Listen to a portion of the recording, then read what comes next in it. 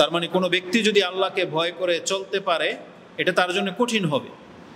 মুসলিম হয়ে মৃত্যুবরণ করা এটা একটা কঠিন চ্যালেঞ্জ, কিন্তু যেই ব্যক্তি এটা করে দেখাইলো কঠিন কাজটা, তার জাযা অনেক বড়, যেটা আজকের আলোচনা ইনশাল্লাহ আপনার কাছে ব্যক্ত করার চেষ্টা করব। আল মুহিম, আসুন আমরা মূল বিষয়ের দিকে চলে আসি। আয়াতের শুরুটা হয়েছে কোরআনে তার 1-2 আয়াত আগে থেকে এইভাবে। সেখানে আল্লাহ সুবহানাহু ওয়া তাআলা বলেছেন, ইয়া আইয়ুহাল্লাযীনা আমানু, হে ঈমানদার তোমরা শোনো, ইন তুতিউ ফারিকাম মিনাল্লাযীনা উতুল কিতাবা ইয়ারুদ্দুকুম বাদা ঈমানিকুম কাফিরিন। আল্লাহ বলেছেন, হে ঈমানদাররা, তোমরা যদি ইসলাম পাওয়ার পরেও, কোরআন পাওয়ার পরেও তোমাদের পূর্বের আহলে কিতাবদের কতককে অনুসরণ যদি করো, সবাইকে না, ধরেন কোনো একটা আহলে কিতাবকে যদি অনুসরণ করো, তাহলে এর রেজাল্ট কি হবে? তারা তোমাদেরকে কি করবে? ইয়ারুদ্দুকুম বাদা ঈমানিকুম কাফিরিন, তারা তোমাকে মুসলিম হওয়া সত্ত্বেও আবার কুফরের দিকে নিয়ে যাবে। যদি বলেন যে প্রকাশ্য তো এটা পারবে না, যে একটা ইহুদি খ্রিস্টান আপনাকে নিয়ে বলবে যে তুমি দাবি করো যে তুমি ইহুদি হয়ে গেছো, খ্রিস্টান হয়ে গেছো, আপনাকে মুখ দিয়ে বলানো লাগবে না, কিন্তু আপনাকে দিয়ে ও এমন কাজ করাবে, এমন বিশ্বাস ঢুকিয়ে দেবে, বা আপনার ধর্ম থেকেও এমনভাবে দূরে সরিয়ে দিবে, আপনাকে মুখে কাফের বলতে হবে না, আপনি অটোমেটিকলি ইহুদি নাসারা হয়ে মরবেন। যদিও আপনার কাছে অনুভব হচ্ছে যে আপনি মুসলিম, কিন্তু আপনার মৃত্যুটা হবে ইহুদি নাসারাদের মতো। এই জন্য আল্লাহ বলেছেন, ইয়ারুদ্দুকুম, তোমাদেরকে আবার ফিরিয়ে নেবে। তার মানে আপনাকে আল্লাহ প্রথমে মুসলিম হিসেবে পাচ্ছেন, স্বীকৃতি দিচ্ছেন আল্লাহ যে তুমি মুসলিমই ছিলা, কিন্তু ইহুদি নাসারাদের অনুসরণ করার কারণে তারা তোমাকে ইয়ারুদ্দুকুম, তোমাদেরকে ফিরিয়ে নেবে। কিভাবে? বাদা ঈমানিকুম কাফিরিন, ঈমানের পরে আবার কুফরের দিকে তুমি ফিরে যাবে। তার মানে বোঝা যাচ্ছে যে আপনি যে প্রথমে মুসলিম ছিলেন এটাকে আল্লাহ অস্বীকার করতেছে না।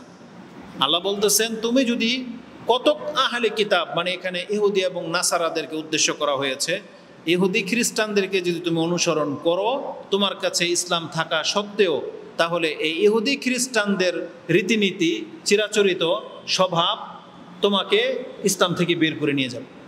এটা হচ্ছে সূরা আলী ইমরানের 100 নম্বর আয়াত। আপনি লক্ষ্য করে দেখেন তো বর্তমানে আমাদের অবস্থাটা কি?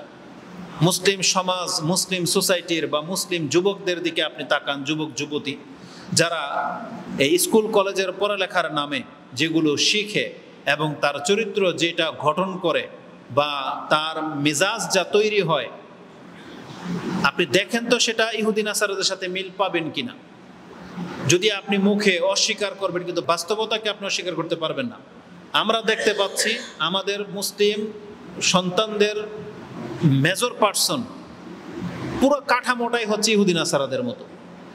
আপনি তার স্বভাব দেখেন, তার অভ্যাস দেখেন, তার পোশাক দেখেন, তার স্টাইল দেখেন, তার কথা বলার ভঙ্গি দেখেন, আদান প্রদান দেখেন, কোনো কিছুর মধ্যে আপনি ইসলাম পাবেন না।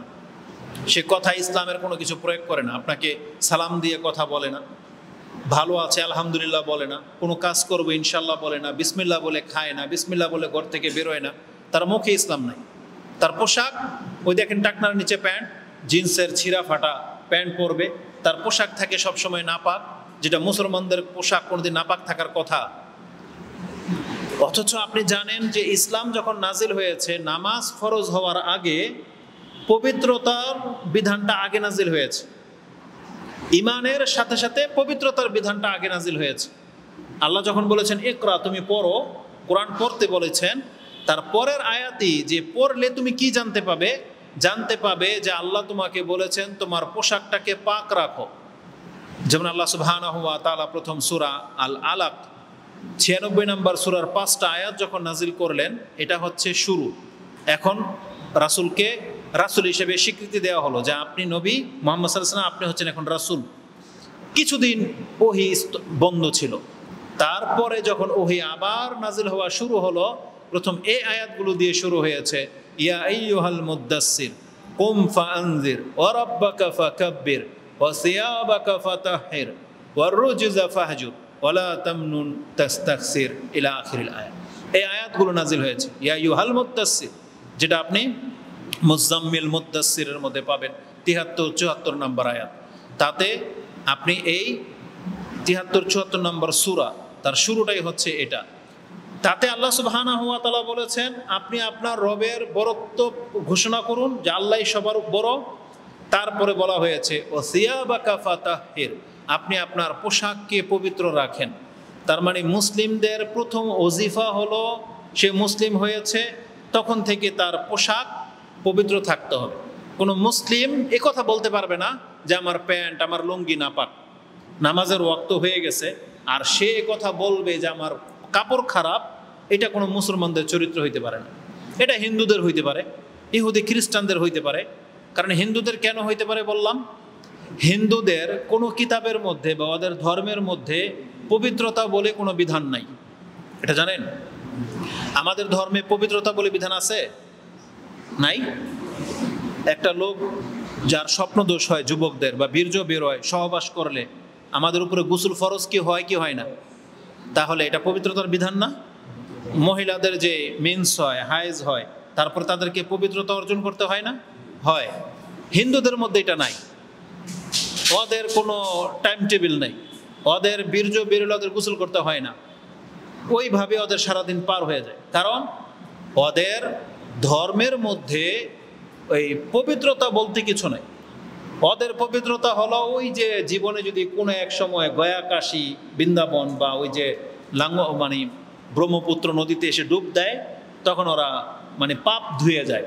কিন্তু দেহের পবিত্রতা বলে ওদের ধর্মীয় কিতাবে কোনো চ্যাপ্টার নাই। আর ইসলাম ধর্মের প্রথম চ্যাপ্টারই হলো পবিত্রতা, প্রথম চ্যাপ্টার।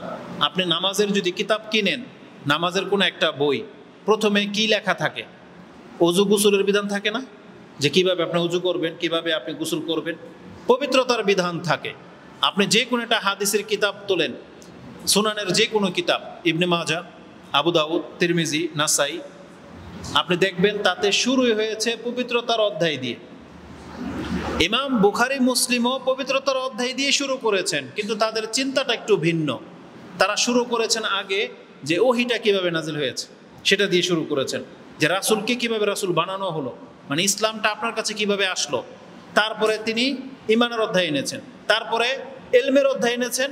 তার মানে এখন আপনি জ্ঞান অর্জন করবেন, মানে জ্ঞান অর্জন করতে গিয়ে প্রথম যে চ্যাপ্টার সেটাই হচ্ছে পবিত্রতা। তার মানে ঘুরে ফিরে একই কথা। যে কোনো ইসলামের কিতাব খুলেন, আর আমি কোরআন দিয়ে দলিল দিলাম যে ইসলাম যখন বিধিবিধান নাজিল করেছেন, একবারে প্রথম ওহী হচ্ছে যে আপনি আপনার পোশাক পাক রাখেন। কিন্তু আমাদের মুসলিম যুবক পোলাপান, এদের প্যান্ট সব সময় নাপাক থাকে। তাহলে তারা কাকে অনুসরণ করতেছে? আল্লাহ যে বলেছেন যে তোমরা যদি কতক ইহুদি নাসারাদের অনুসরণ করো, তাহলে এরা তোমাদেরকে ইয়ারুদ্দুকুম বাদা ঈমানিকুম কাফিরিন, আবার তোমাদেরকে কুফরির দিকে নিয়ে যাবে।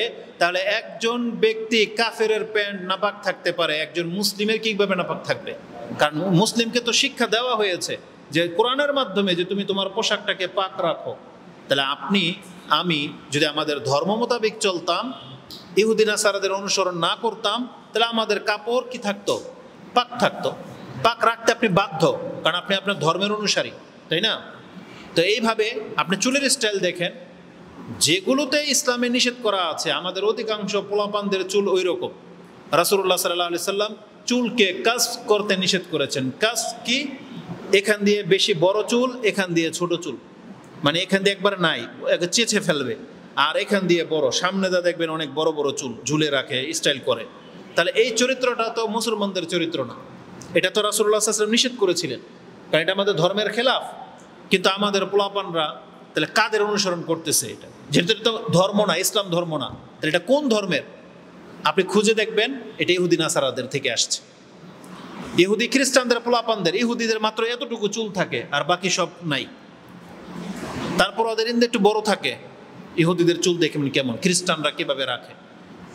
এমন কোনো প্লেয়ার ইহুদি খ্রিস্টানদের নাই যাদেরকে মুসলিম সন্তানগুলা ফলো না করে, প্যান্টের ক্ষেত্রে, পোশাক আশাকের ক্ষেত্রে।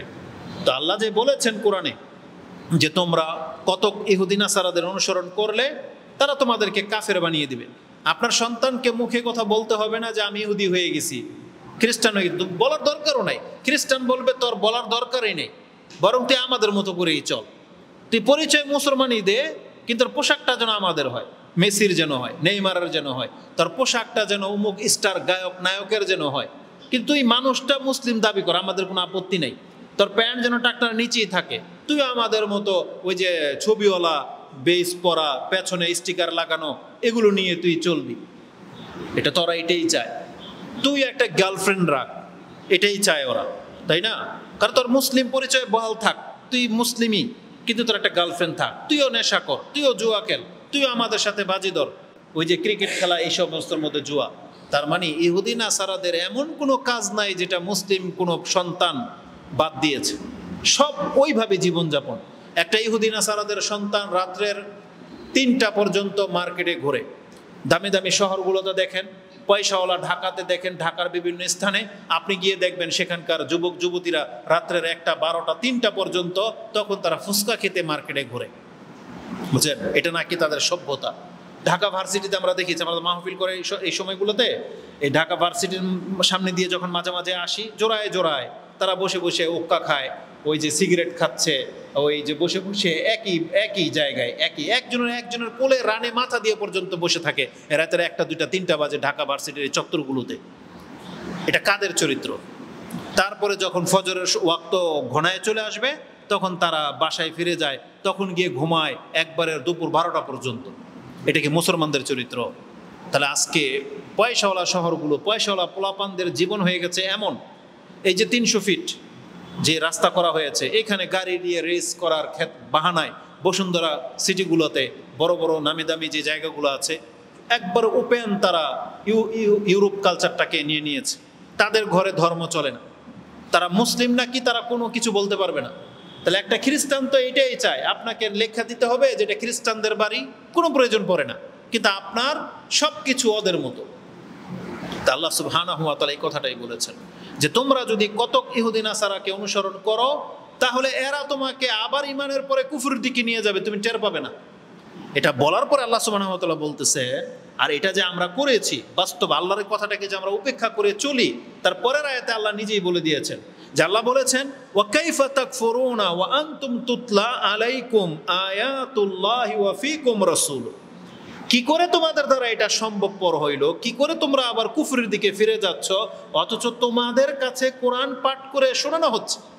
আল্লাহর কালাম প্রতিনিয়ত তোমাদের সমাজে মসজিদ থেকে তোমাকে কোরআন শোনানো হচ্ছে যে দেখো তোমাদের রব কি বলেছেন। এই জন্য আল্লাহ বলতেছে, তোমাদের ঘরে কোরআন থাকা সত্ত্বে, তোমাদের হুজুররা তোমাদেরকে কোরআন দিয়ে খুতবা দেওয়া সত্ত্বে কিভাবে তোমরা আবার এই কাজটা করতে পারো যে তোমরা ইহুদি নাসারাদের অনুকরণ করতেছো? আল্লাহ বলেছেন ওয়া কাইফা তাকফুরুনা ওয়া আনতুম তুতলা আলাইকুম আয়াতিল্লাহ আয়াতুল্লাহি ওয়া ফীকুম রাসূল। তারপর আল্লাহ বলেছেন ওমাই ইয়াতাসিম বিল্লাহি ফাকাদ হুদিয়া ইলা সিরাতিম মুস্তাকিম। নিশ্চয়ই যারা এই কোরআনটাকে শক্ত করে ধারণ করবে, ইয়াতাসিম একবারে খুব অন্তর থেকে এটাকে আঁকড়ে ধরবে, ফাকাদ হুদিয়া ইলা সিরাতিম মুস্তাকিম, এই ব্যক্তি কেবল সিরাতুল মুস্তাকিমের পথ পেতে পারে। তার মানে কোরআন ছেড়ে দিলে আপনি কোনোদিন সিরাতুল মুস্তাকিমের পথ পাবেন না। যার জীবনে কোরআন নাই, যে কোরআন চর্চা করেন না, কোরআনের প্রতি ঈমান আনেননি, কোরআন দিয়ে জীবন গড়েন না, মানে আল্লাহ বলেছেন এই ব্যক্তি হেদায়েতের উপরে কোনোদিন আসতে পারবে না।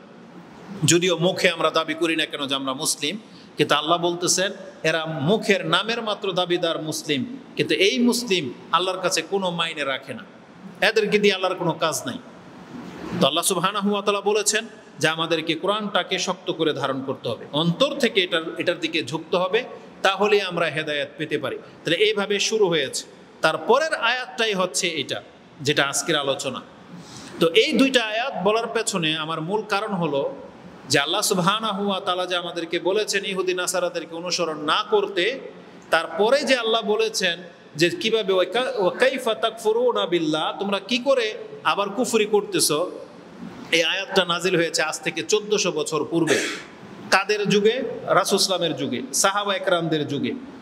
আমি যেটা আপনাকে দেখাতে চাচ্ছি, কেন আল্লাহ সুবহানাহু ওয়া তাআলা এই কথা বললেন যে তোমরা কতক আহলে কিতাবের অনুসরণ করো না, এটা বলার পরে আবার আল্লাহ বললেন যে কাইফা তাকফুরুনা বিল্লাহ, তোমরা কিভাবে কুফরি করতেছো, তাহলে এটা তো মনে হচ্ছে যে সাহাবা একরামদেরকে বলতেছেন আল্লাহ, কিন্তু বাস্তবতা কিন্তু ভিন্ন। যেহেতু কোরআন নাজিল হওয়া রাসূলুল্লাহ সাল্লাল্লাহু আলাইহি সাল্লামের জীবদ্দশায় হইতে হবে, কারণ রাসূল সাল্লাল্লাহু আলাইহি সাল্লামের ইন্তেকালের পরে যদি কোনো কেউ কিছু আবু বকর ওমর যদি কোনো উক্তি পেশ করে, কিয়ামত পর্যন্ত সেটার কোরআনের মধ্যে স্থান পাবে না। কারণ কোরআন স্থান পেতে হলে ওটা রাসূল সাল্লামের মাধ্যমেই, ওহির মাধ্যমে হইতে হবে। তাহলে যেহেতু রাসূলুল্লাহ সাল্লাল্লাহু আলাইহি সাল্লামের জীবদ্দশাতে কোরআনটাকে কমপ্লিট করতে হবে, এই জন্য এমন কিছু আয়াত আল্লাহ আগেই নাজিল করে দিয়েছেন যেটার বাস্তব ঘটবে এই সময়গুলোতে, কিয়ামত পর্যন্ত, মানে শেষ জামানায় ঘটবে। কিন্তু এটা এমনভাবে আল্লাহ বলে দিয়েছেন যেমন এটা রাসূলের যুগেই ঘটতেছে, যেমন সাহাবীদের মাঝেই ঘটেছে, কিন্তু তাদের মাঝে এটা ঘটে নাই কোনোদিন। তারা কোনোদিন আল্লাহর সাথে এরকম বেয়াদবি করে নাই, তারা কোনোদিন আল্লাহ সুবহানাহু ওয়া তাআলার নামের বিকৃতি ঘটায় নাই, তারা কোনোদিন কুফরের দিকে ফিরে যায় নাই। কারণ সাহাবা একরামদের পুরো টিম, তাদেরকে সবচেয়ে শ্রেষ্ঠ যুগের লোক বলা হয়েছে। সাহাবীদের মধ্যে কোনো ব্যক্তিকে ইহুদি নাসারাদের অনুসরণ করতো না। বরং আমি আপনাকে একটা দলিল দেই, সাহাবা একরামরা যে এই আয়াত থেকে মুক্ত, তারা যে ইহুদি নাসারাদের অনুসরণ করতো না, একটা হাদিসে আপনি এটা জবাব পাবেন। কোন একদিন রাসূলুল্লাহ সাল্লাল্লাহু আলাইহি ওয়াসাল্লাম তিনি বলতেছেন, লাতাত্তাবিউন্না সানানা মান কাবলাকুম শিবরান বিশিবরিন জিরাআন বিজিরাইন হাত্তা লাউ সালাকু জোহরা দাব্বিন লাসালাকতুমুহু। এটা রাসূলুল্লাহ সাল্লাল্লাহু আলাইহি ওয়াসাল্লাম তার সমস্ত উম্মতকে উদ্দেশ্য করে বলতেছেন যে লাতাত্তাবিউন্না সানানা মান কানা কাবলাকুম, খুব শীঘ্রই তোমরা তোমাদের পূর্বের জাতিদের রীতিনীতি অনুসরণ করবে।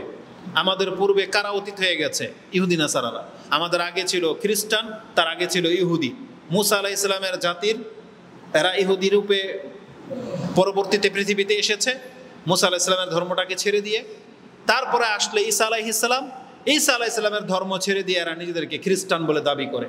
তাহলে ইহুদি খ্রিস্টানরা আমাদের আগে আসছে পৃথিবীতে। তো রাসূল বলেছেন তোমরা মুসলিমরা খুব শীঘ্রই আবার তোমাদের পূর্বের এই জাতির দিকে ফিরে যাবে। এখানে রাসূল সাল্লাল্লাহু আলাইহি ওয়াসাল্লাম নাম নেয় নাই যে পূর্বের জাতি কারা, শুধু এতটা বলেছেন মান কানা কাবলাকুম, মান কাবলাকুম, যারা তোমার আগে অতীত হয়ে গেছে। তা আমাদের আগে ইহুদি নাসারারা অতীত হয়ে গেছে।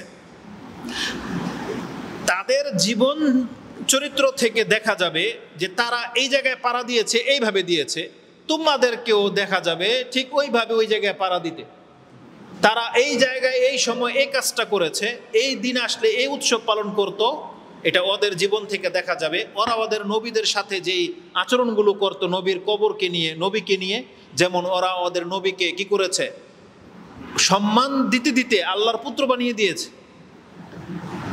এতটা সম্মান দিয়েছে এদের নবীদেরকে। ওজার আলাইহিস সালামকে ইহুদিরা আল্লাহর পুত্র মনে করে। তো ওজার আলাইহিস সালামকে আল্লাহর পুত্র ছিল না। ঈসা আলাইহিস সালামকে খ্রিস্টানরা কি মনে করেছে, কি মনে করে? আল্লাহর পুত্র মনে করে।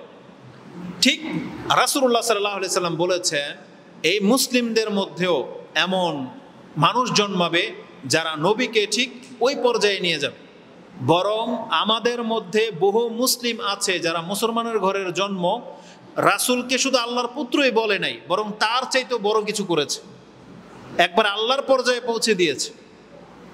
যারা কবর মাজার পূজারী বিশ্বাসী, পাকিস্তানের কিছু অঞ্চল আছে যারা ওই যে খাজা বাবা এগুলো নিয়ে পড়ে থাকে, তাদের কাছে রাসূল আল্লাহর মতো, বুঝেন, মানে এমনভাবে তারা রাসূলকে রেসপেক্ট দেখায় যেমনটা আল্লাহকে করা উচিত, যেটা মারাত্মক অপরাধ।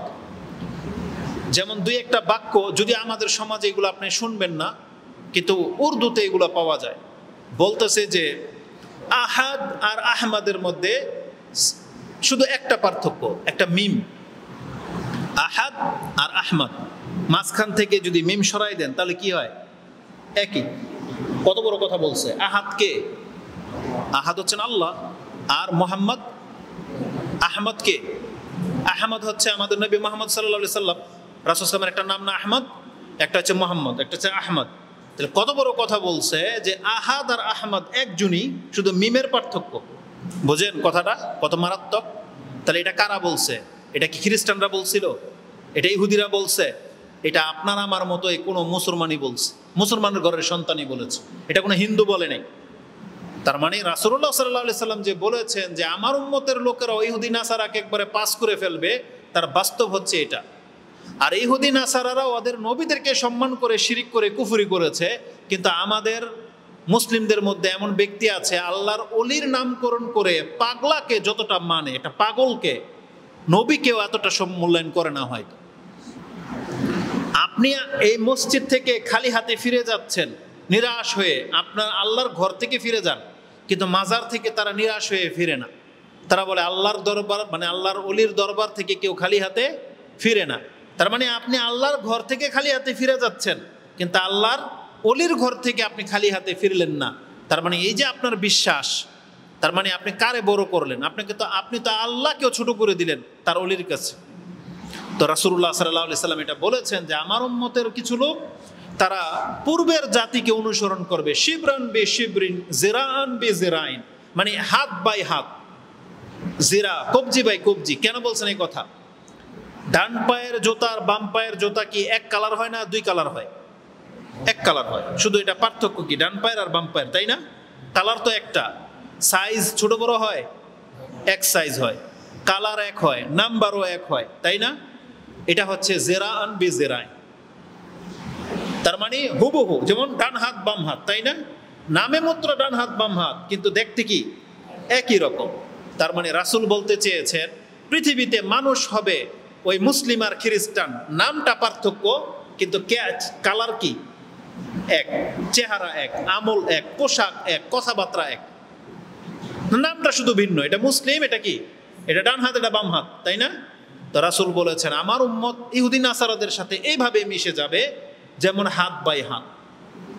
এটা শোনার পরে সাহাবা একরামরা আশ্চর্য হয়ে বলতেছেন ইয়া রাসূলুল্লাহ, কুলনা ইয়া রাসূলুল্লাহ আল ইয়াহুদা ওয়ান নাসারা, আমরা ইহুদি নাসারাদের অনুসরণ করব। কেন বললাম এই কথাটা? ওই যে আল্লাহ যে বলেছেন যে তোমরা যদি ইনতুতিউ ফারিকাম মিনাল্লাযিনা উতুল কিতাব, তোমরা যদি আহলে কিতাবদেরকে অনুসরণ করো, অনুসরণ করব, মানে আশ্চর্য হয়ে বলতেছেন। তার মানে বোঝা যাচ্ছে যে সাহাবা একরামরা কোনোদিন ইহুদি নাসারাদের অনুসরণ করে নাই, তারা এটাকে ঘৃণা করত, নিজেকে ঘৃণা করতো যে আমি ইহুদি নাসারাদের মতো হব, প্রশ্নই ওঠে না। রাসূলুল্লাহ সাল্লাল্লাহু আলাইহি সাল্লাম বলেছেন ফামান, তাহলে আর নয়তো কারা? তার মানে আমার জাতির উম্মতের কিছু লোক ইহুদি নাসারাদের মতো হয়ে যাবে, এটা রাসূল বলেছেন। কিন্তু সেটা সাহাবা একরামরা ছিল না, এটা আমাদের মধ্য থেকেই কতক ব্যক্তি। কারণ সাহাবা একরামরা আল্লাহ সুবহানাহু ওয়া তাআলার দ্বীনের উপরে উত্তমভাবে টিকে ছিলেন, যার ফলে আমরা ইসলাম পেয়েছি। তো এটা বোঝানোর জন্য যে এই চরিত্রের লোক আমাদের মধ্যে বেশি আছে, যে আমরা মুসলিম হওয়া সত্ত্বেও আমরা ইহুদি নাসারাদের চাল চালি, ইহুদি নাসারাদের মতন কথা বলি, ইহুদি নাসারাদের মতো জীবন অতিবাহিত করতেছি। এই যে আমাদের দেশের রাষ্ট্রীয় যে সিস্টেম, রাজনৈতিক যে সিস্টেম, এটা পুরোটাই পরিচালিত হচ্ছে ইহুদি নাসারাদের মতো। ইসলাম ধর্মের কোনো ভূমিকা নাই এখানে, কোনো ভূমিকা নাই। আপনি আপনার ব্যক্তি জীবনে বিচার ফয়সালা যা কিছু হচ্ছে এখন পর্যন্ত সব ইহুদি নাসারাদের মতো হচ্ছে। এমনকি গ্রাম্য বিচারগুলা যে হয়, আপনাদের সমাজে যে বিচারগুলা হয়, আমরা তো দেখতে পাচ্ছি, জেনা করে ধরা পড়েছে, অমুকের মেয়ে অমুকের ছেলে, ভাবি দেওর অমুকের, মানে এরকম টিচার ছাত্রী ধরা পড়েছে, বিচার কি করা হয়? তার চুল ফেলে দেওয়া হয়, কালি লাগিয়ে দেওয়া হয়, জুতার মালা পরানো হয়, তারপরে পিটায়, তাই না? এটা কি ইসলামিক বিচার? এটাও ইহুদি নাসারাদের থেকে আসছে, ইহুদিরা করতো এটা। ইহুদিদের সম্মানিত কোনো ব্যক্তি যদি এটা করতো তাহলে তাকে টাকার জরিমানা লাগাইতো, আর তাকে অপমানিত করা থেকে দূরে থাকতো। আর যদি কোনো গরিব অপরাধী ধরা পড়তো, ওকে এই কাজটা করতো, চুল ফেলে দিত, চেঁচে দিত, ইন্দা চুল ফেলে দিত, ইন্দা ফেলে দিত, কালি লাগাতো, গাধার উপরে উল্টা করে বসিয়ে জুতার মালাপ দিয়ে পুরা গ্রাম ঘুরাইতো। এই কাজটা করতো ইহুদিরা। কিন্তু ইসলামে এটা নাই। ইসলামে আছে যে যুবক জেনা করেছে, ওকে 80টা বেত্রাঘাত করতে বলা হয়েছে, 80টা বেত মারতে হবে ওকে প্রকাশ্যে। আর যদি বিবাহিত হয় তাহলে সবার সামনে একে পাথর গেড়ে, মানে অর্ধেক গেড়ে পাথর মেরে ফেলতে হবে। এটা হচ্ছে ইসলাম। ওই কালি লাগিয়ে চুল ফালাই দিয়ে এটা ইসলামিক বিচার হয় না, এটা হচ্ছে ইহুদি নাসারাদের বিচার। তো ইসলাম উঠে গেছে আমাদের সমাজের বহু কিছু থেকে, ব্যক্তি জীবন থেকে, সমাজ থেকে, রাষ্ট্র থেকে। তো এটা মূলত হয়েছে এই ইহুদি নাসারাদেরকে অনুকরণ করার কারণে। এইভাবে আমাদেরকে আদেশ নিষেধ করেছেন। তারপর পরে এই আয়াতের পরে আল্লাহ সুবহানাহু ওয়া তাআলা বলেছেন, ইয়া আইয়ুহাল্লাযীনা আমানুত্তাকুল্লাহা হাক্কা তুকাতিহ ওয়ালা তামুতুন্না ইল্লা ওয়া আনতুম মুসলিমুন। হে ঈমানদাররা, তোমরা আল্লাহকে যথার্থ ভয় করো এবং তোমরা মুসলিম না হয়ে মৃত্যুবরণ করো না। তাহলে ওই দুইটা আয়াতের পরেই হচ্ছে এটা, যেটা হবে আজকের আলোচনার মূল বিষয়।